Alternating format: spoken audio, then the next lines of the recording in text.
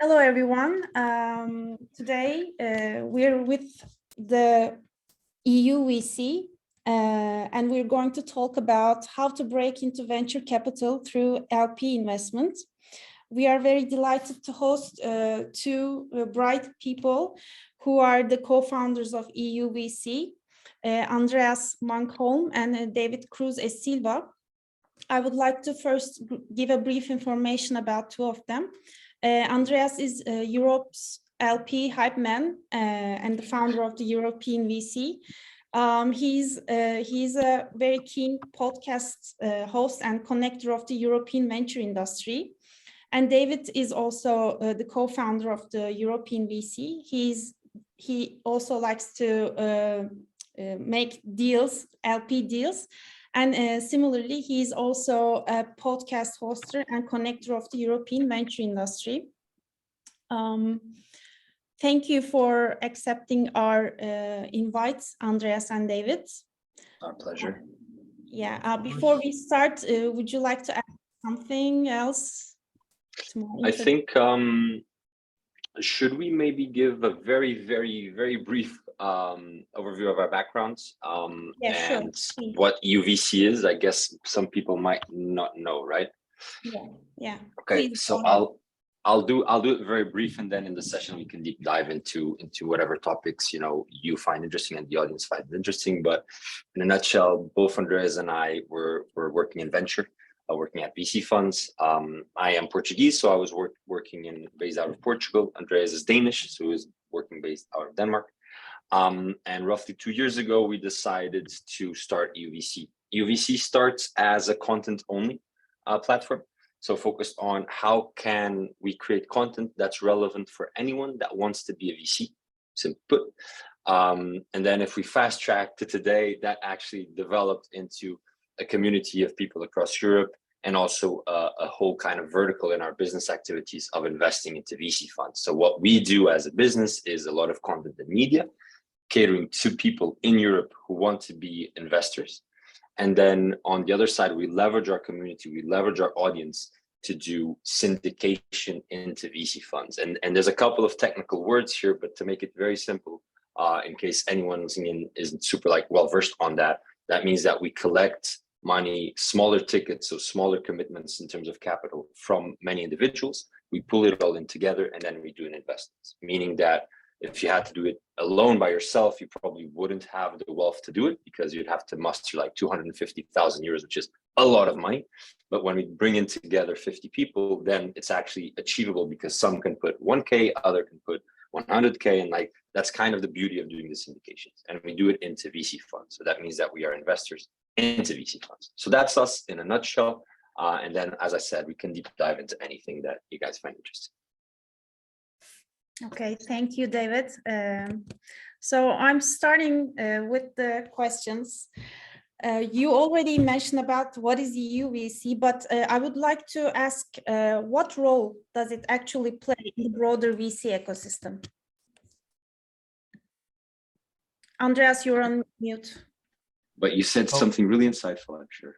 It was very insightful. Not so. What I said was, so should I say something here? So why is the European VC important for the ecosystem that we have in Europe? I think the best reply to that is because we're not on one single road as they are in the US practically, meaning that the US ecosystem before I would have said 90%, but now maybe only 80% or so of the European or of the US VC scene is on a road called Sand Hill Road in Silicon Valley. And that is where every VC can be found. And that means that every founder can also, practically go there or at least go to the same clubs and cafes and so on. And then you'd be able to bump into the VCs that you need to know. And the VCs would also be able to connect with each other quite physically, quite easily. That is completely the opposite here in Europe. In Europe, we've got amazing ecosystems all over the place. We've got, of course, London and Berlin as the big hubs, but then we've got all the others like Warsaw in Poland or Bucharest in Romania or Istanbul in Turkey. Copenhagen, where I'm from, and Lisbon, where David is from. So we need that connector virtually, which you don't need really in the US. And that is very much where we grew out of, meaning that by creating content that connects people, and also, to be very frank, levels up the knowledge base of the European ecosystem. There's no doubt that the US ecosystem is more sophisticated than the European. Not to mean that the US investors are able to make better investments, or that the startup founders are better in the US, not at all. But they are more well-versed in the words of VC and how the dynamics play and so on, because it's been part of the US culture and business culture for a longer time than it has in Europe. So there's a lot of, picking up, catching up from the European ecosystem that we have, been an important contributor to. And then via our syndicates, and this comes very much into what we're going to talk about today, is via our LP syndicates, we then create a vested community, meaning a community where everyone is investing together, and thus have a good reason to actually work closely together to create and deliver on the promise of a community, which notoriously is very difficult in virtual community settings. Mm-hmm. Great. And I think that was also an answer to the question, what problem is EU-VC solving? But can you please elaborate more on who are the real beneficiaries of your efforts and your initiative? Absolutely. I think, as you said, Andreas partially answered that, right? By leveling up the knowledge of the ecosystem, it's all the ecosystem players. But if I take a more kind of detailed approach to that question, specifically on the topic of today, which is the syndicates, right? There's basically two things we're solving for.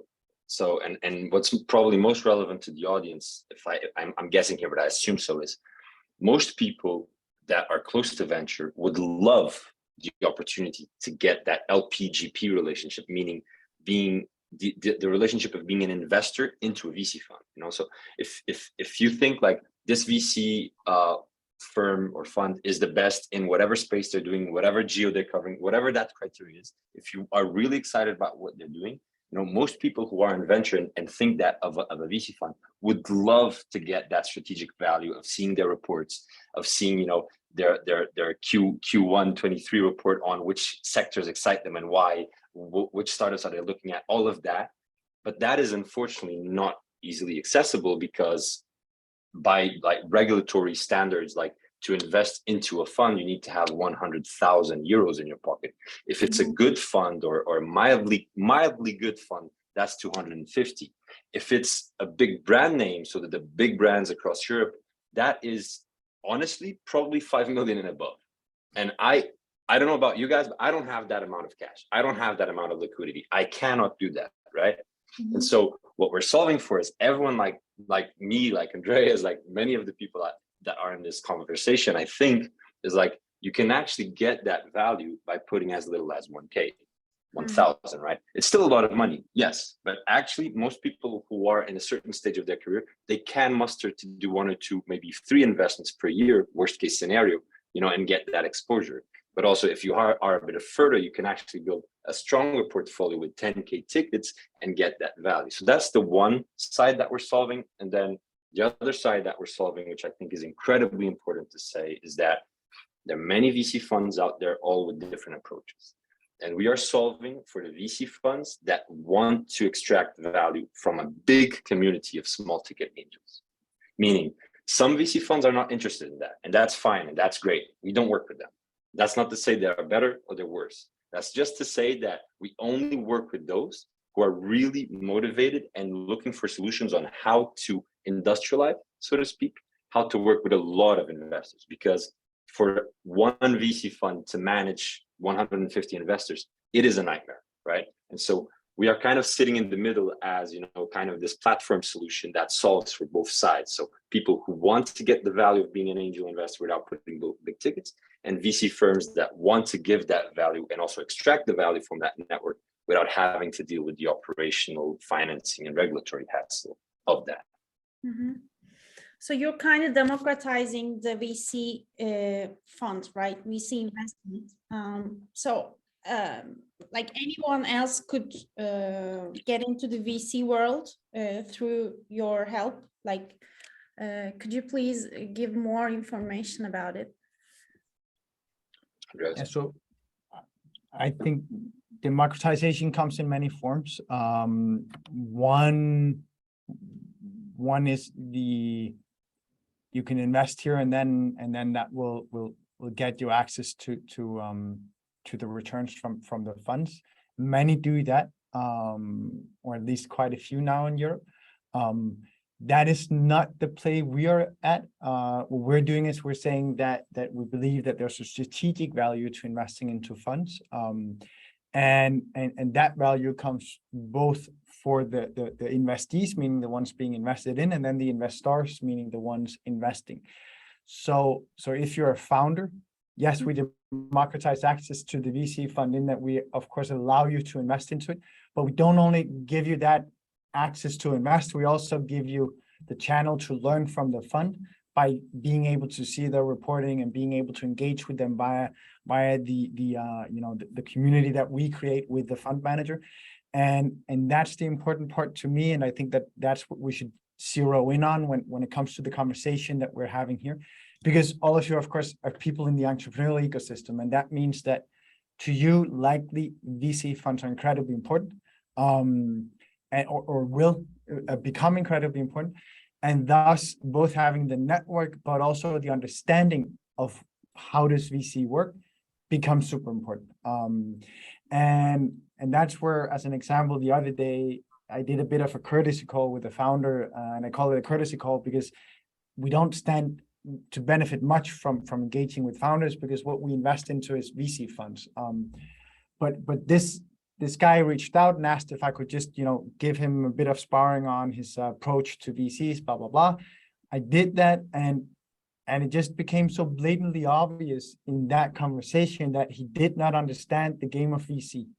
And if you're out there trying to raise capital, but you don't understand the business model and the thinking, and VC is a game of how quickly can I say no, to be honest, because you want to spend the most of your time with the ones that are really, really good. So you don't want to get stuck in a 45-minute call or 45-minute meeting that you have to travel to or something like that with someone who you're not going to invest in, because that's time that's taken away from the 30 established portfolio companies that you're trying to help, and from the 3,000 that you're looking at every year to see if you want to invest. So for that reason, it's super important that you, as a founder, find a way for you to really get in the mind of VCs, so that you know how to approach them and how to use them in the right way. Because, that guy, he had, to be very frank, one shot with me, and he wasted that, because I can't do intros on his behalf now, because he showed me that he's not ready to play. And that goes for the whole VC ecosystem, that you really want to find a way to level up your understanding. And that's where I think that the ones that, at the same time as they have available cash, that's of course a necessary part to be investing with us as an operate LP. And it's not just, okay, I can really scrap together 1,000 euros and now I can do a VC fund investment.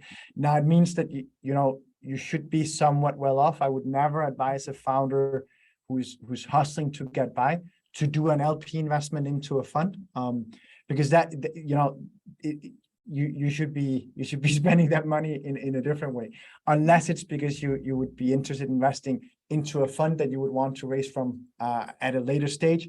Then there might be strategic enough value in doing it, but it is more a play for people with a bit more cash readily at hand. Okay, great. So and just the reason why I got into this very, very long speech about democratization, or to a question about, are you guys democratizing access to VC, is because many people should not be investing into VC.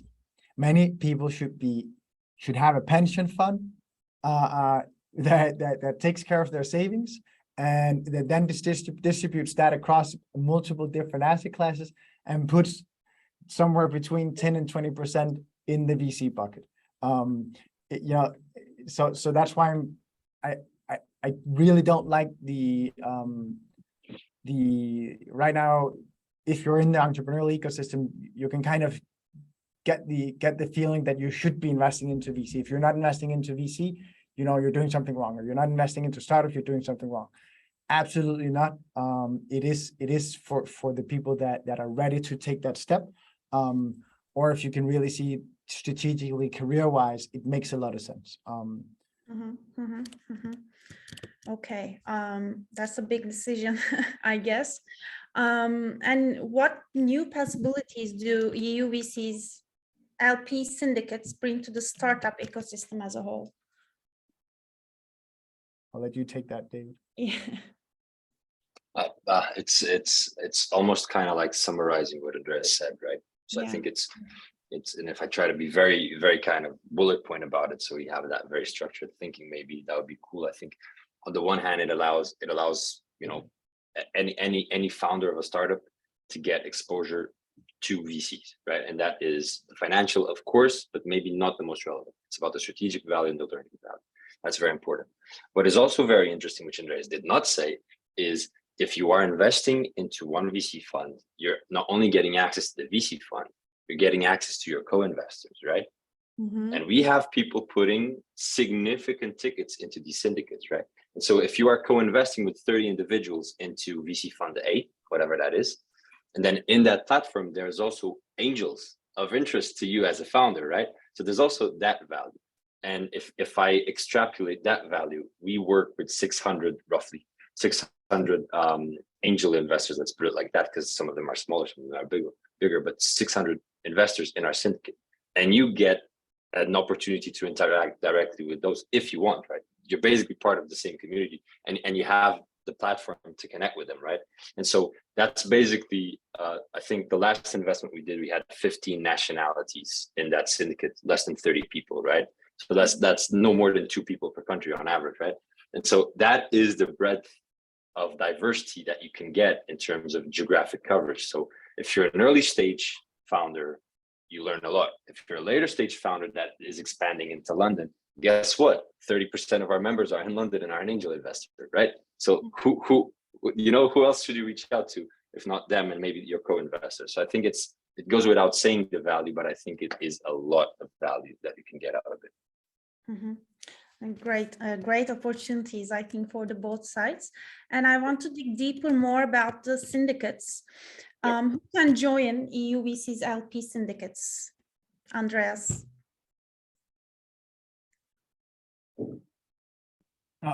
Could you ask that question again? Like, who can join to the LP syndicates? So what are the criteria for joining to the group? So anyone can join. We only seek investors that understand the asset class, that know what they're doing when they're choosing to invest into VC funds and investing into startups.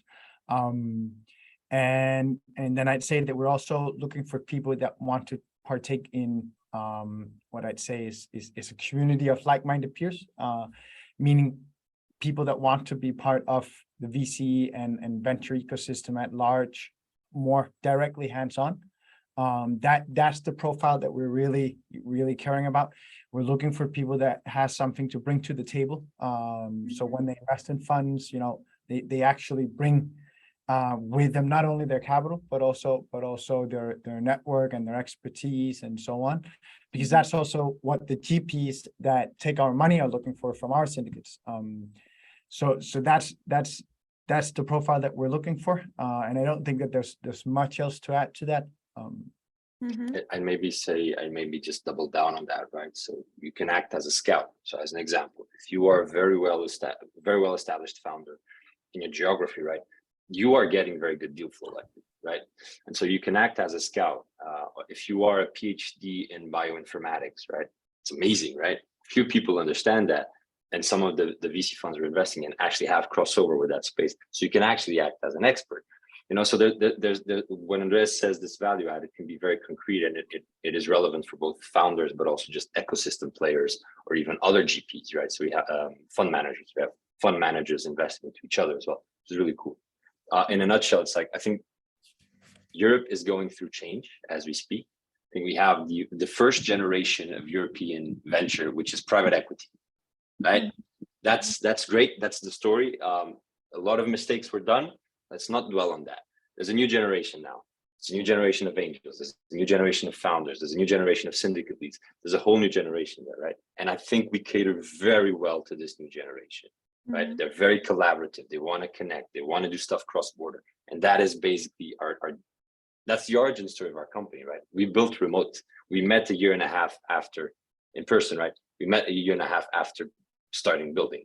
We were already quite big when we met, right? So that's our origin, and that's what we're optimizing for people who have that mindset.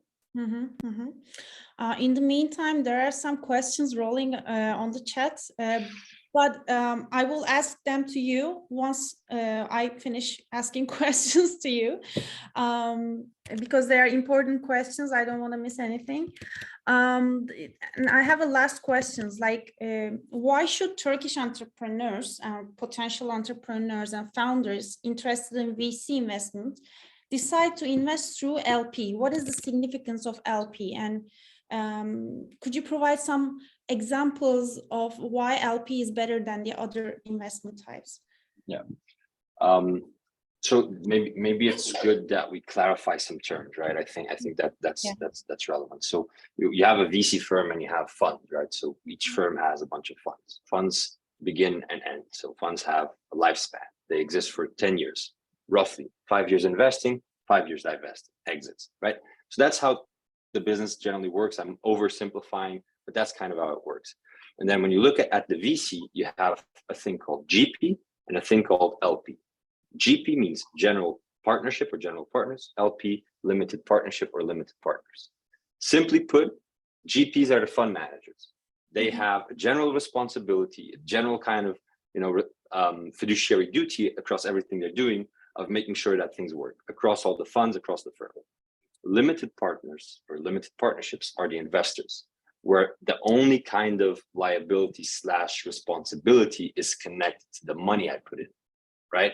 So I put my money and I'm exposed to this one fund, and there's a limited scope of things I can and shouldn't do, thus limited partners, right? So being an LP means actually just being an investor into VC funds. That's all it means. It's a technical kind of thing we like to use. It's very, very technical, but not very relevant. So the right question, right, is, why the hell should you invest in VC funds as a Turkish entrepreneur, right? That's kind of what we're here talking about. And I think I'll let Andreas develop on that. But I think generally speaking, it's everything what we've been talking about. But then there's also, if you're Turkish and you want to strengthen your relationships across borders, it's kind of an interesting way to build relationships with international investors that we deem as some of the best in Europe. But I don't know if Andreas wants to add anything to that. So I always say that there's at least three reasons, right? First of all, if you want exposure to the best performing asset class, then you need to get exposure to private equity, meaning, and what we have statistics on is private equity and VC in one, and that being the bucket of startup land, right? You want to get that exposure somehow. The question is then, how do you get that? You can get that by investing into funds, or you can get that by investing directly into startups. If you invest directly into a startup, you have a lot of risk with a single entity. And that is typically, or that's why an angel would typically do multiple investments. And that is a full-time occupation if you want to do it well. And also requires quite a lot of capital, because you need to be able to put typically somewhere. Typically, I've rarely seen rounds done with less than 20K per investment. So if you want to do 30 investments of 20,000 euros, then you need to be quite well off to be able to do that. Then the other natural route would be to invest into a fund. But funds have really not really been available in Europe for a long time, because you had to be a sophisticated investor that would put the minimum ticket, which means from a legal standpoint, 100K, or for most funds, that would actually be 250K or 500K. which then means, okay, how much money do you need to have to be able to put that kind of money with a single investment?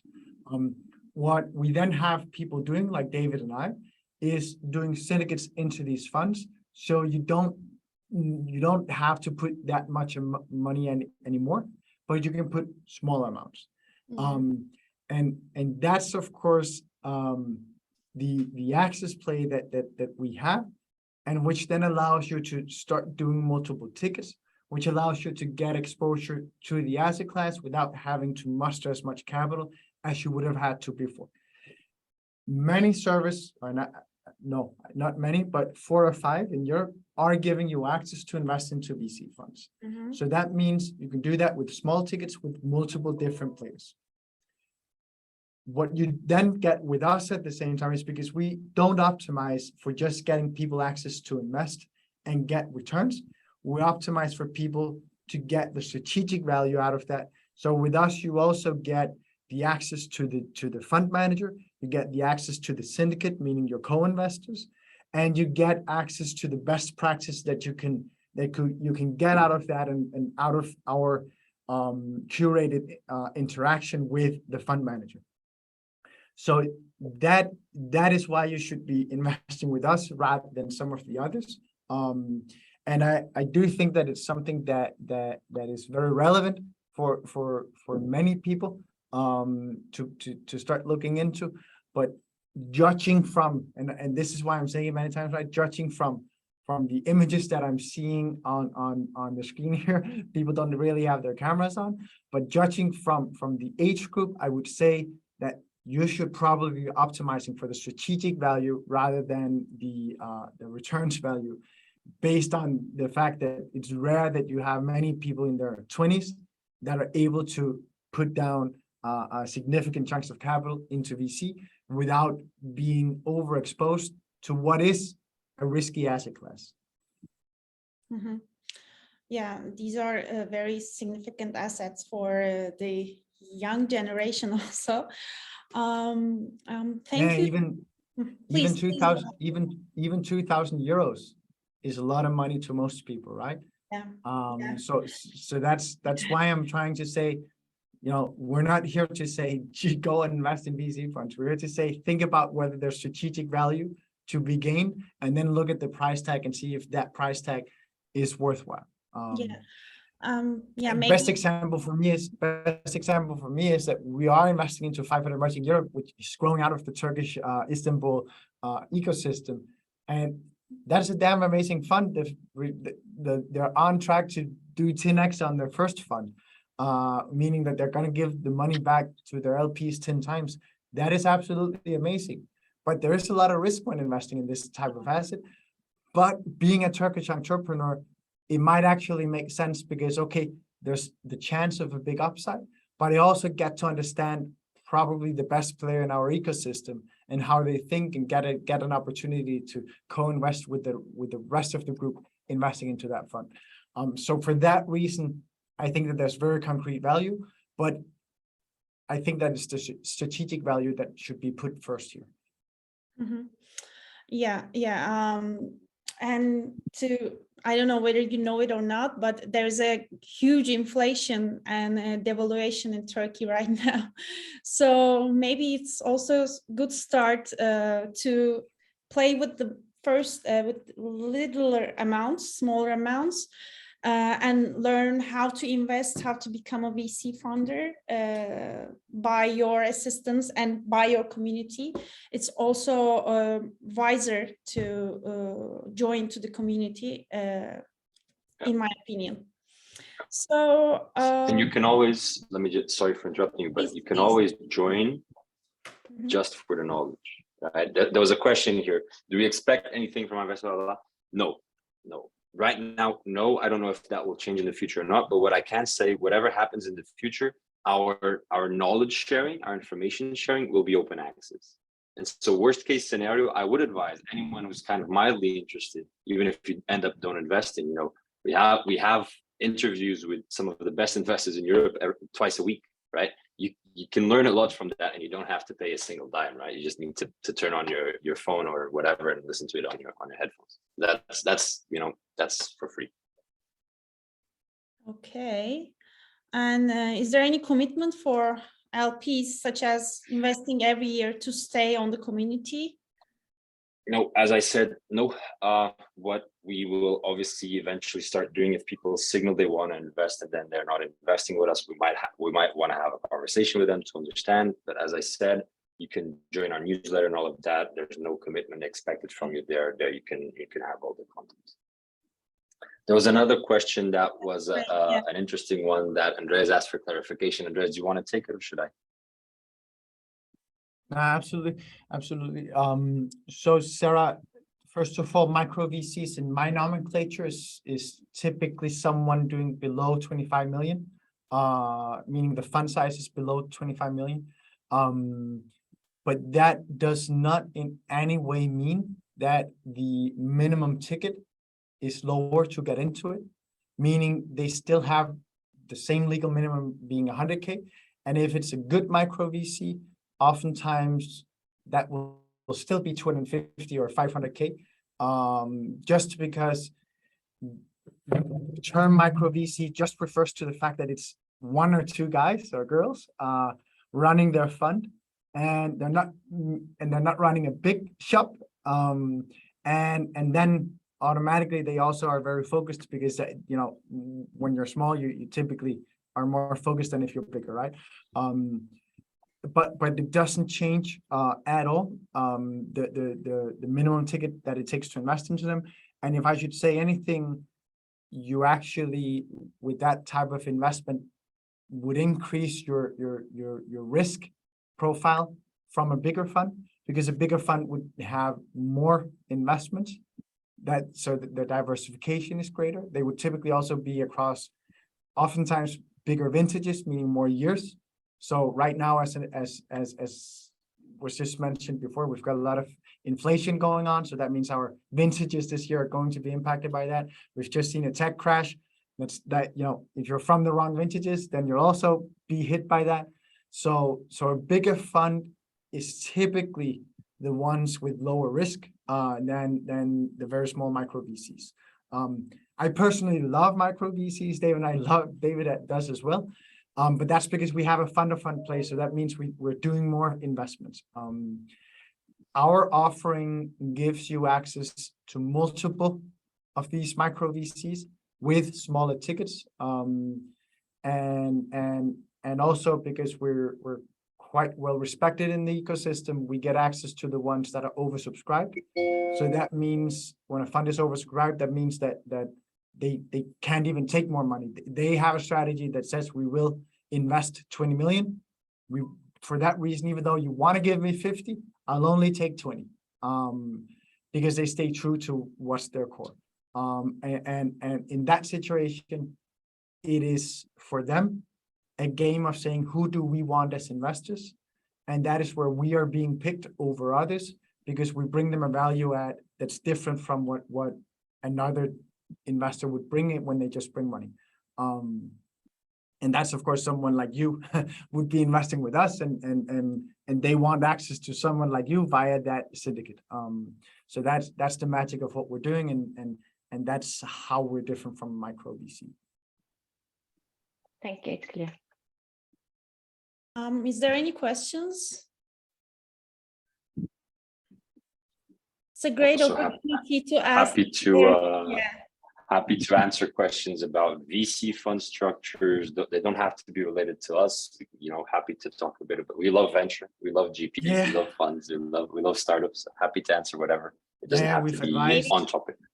Yeah, we've advised hundreds of startup founders. Yeah. I'm just saying we've advised hundreds of startup founders. So if you guys have questions about, I'm raising this round or I want to build this business, blah, blah, blah. How should I think about whatever? Just shoot the questions. We've got 7 minutes more. So yeah, maybe if you could also talk about the European ecosystem. That's a big question, though. Please shoot your questions. I have a quick question. Yeah. Please go I don't ahead. have much information about investing and investment. I am a technical person, but on the other hand, I want to improve myself to invest in startups. And it looks like it's a great way to start with your community because it is a very low ticket size. So I just wonder the learning path from your platform. It is only online documents, or is there any meetup, etc., etc.? Yeah, so Yeah, that's yes. a very good question. It's a very good question. Go ahead, Andrea. First of all, the terrible thing about investing is that the only way to really get better is by starting to do it. And that's because starting to do it forces you to go through all the things that you as a person need to go through to feel committed enough to an opportunity to want to put your own money there. And that is, as an angel investor, which it sounds like you would, aspire to be, is basically the only thing that you need to to satisfy, meaning when you're ready to commit, you're ready to commit, and then no one else should tell you that that's a dumb decision or whatever, right? So you control where that bar is, and whether some people are very focused on market and think that market risk is the biggest thing. Other people are very focused on technology. I think that's the most important thing. And for that reason, I'd say that it's very much up to you. And I would recommend that you start looking as concretely as you can on opportunities and think through them, saying, okay, what would I need to find out about this investment opportunity for me to be comfortable putting my money there. And that is very much the approach that we have, that we say that through what we bring to you, you can listen to our podcast, learn a lot about how VCs think. That will make you smarter. You can read our newsletter. That will allow you to understand what's happening in the European venture ecosystem and get a much better understanding of the industry as a whole through that. And then you can use our investment memos to really dive into the mindset of a VC and how a VC puts together their investment thesis and all of those things, which you can then take and reflect back on yourself as an investor to say, okay, is that how I am acting? Is that the things that I'm thinking about? All those things. As an example, the most important thing is from my perspective, is your access to the best deals. And if you're an early investor that hasn't really done any angel investments before, typically your biggest problem is that, well, you don't have that access. And as a consequence, you quickly, from seeing the VC fund memos, realize that the most important part is where I am lacking the most. And that is where you then know where to work on building yourself up or building your network up so that you can do those investments. And then I think that there's great, I would be surprised if there's not a great angel investor community in Istanbul that you can join as well. Because if you love, and I'm saying that because we don't do startup investments. We do startup investments on the back of our fund investments, meaning if you invest in a fund, you can also invest in the co-investment deals that come out of it. And that's a great access point. But there are also clubs built around investing directly into startups. It's just incredibly risky. So you need to have quite some capital to start thinking about doing direct investments into startups. AngelList is a great place for you to flex your muscle in terms of figuring out whether how you think as an angel and so on. And you don't have to do investments in the beginning, right? Just, train your brain in going through the exercise of thinking, do I want to invest? I think Andreas raised some really cool points. I would raise one extra one and then add two different comments. So what I would add to what Andreas said is, if you then actually invest with us, so he kind of said what you could extract from everything we're doing. If you have to actually invest with us, you then get something that I find, even myself, super enriching, which is they report to us, meaning the VCs are telling us in a documented way, why did we pick this startup? Why did we pick that startup? Why did we pick that startup? And now you're going from, so basically, if you do the whole process of reading our content and digesting it yourself, you now reach at a super interesting stage where you're going from the macro to the specific, and then you can see, okay, I would never do that deal. I don't understand why you did that deal. Well, often those deals are the ones that explode, right? And then the exercise of going back, of understanding, okay, so I would have never done that deal, but that was actually a successful deal. This takes 7 years, actually, right? But just doing those feedback loops and thinking, you extract humongous value, right? Then what I would add though, beyond what Andreas said, is you're a tech guy, you want to do angel investing, and if you think about your long-term game, what I always say, it's about understanding where are you positioned to be the best, and where are you not positioned to be the best, and from there kind of decide what you want to do, right? So if you want to invest directly into startups, only invest in spaces you understand, and then you can do LP investments for everything else, and you get broad exposure. So you get that exposure that you want. So that's kind of what I would say. With 1 minute to go, so I'll shut up. 1 second to go. If any of you are looking to do angel investments, there are so many great resources online. So it's just about writing angel investments, getting started, blah, blah, blah. And then get into a community of like-minded people. That's the core thing, I think. For sure. I don't want to end the session. It's very insightful, but I guess our time is up. So if there is no other question, unfortunately, I have to close the session. I will give you 10 seconds. Is there any other questions? Okay, I guess. Maybe I'd add, if we're waiting for any questions, please. I'd Please. just add that, sorry, but there's a lot of programs out there across Europe and the US on investing, on the basics of venture. We've actually had one ourselves. We don't longer use it. There's so many material out there. It's more about finding them and doing them. Some are free, some are paid, so you can really pick depending on what you're looking for. And I do think that is important. That's not what we're doing. We're curating it. So we're sharing some of the best, and we'll do that more. But that is also a great way to start. So just understanding what is a portfolio, what is risk, how do you measure it? All of those small details. What are the terms of an investment? If you're a founder, you learn it by doing. If you're more of an executive, kind of, working in a corporate, you have to educate yourself in some way or form. And typically that is a really, really good way, actually. Yeah. Thank you so much, David. Thank you so much, Andreas. It was a pleasure to host you here. My pleasure. And guests, please approach to David or Andreas whenever you need. I guess they are approachable. David leaves his LinkedIn profile. And thank you all for attending to this session. It's a pleasure to meet you. Bye-bye. Thank you, everyone. Nice Thank you very seeing much. you. Bye. Bye.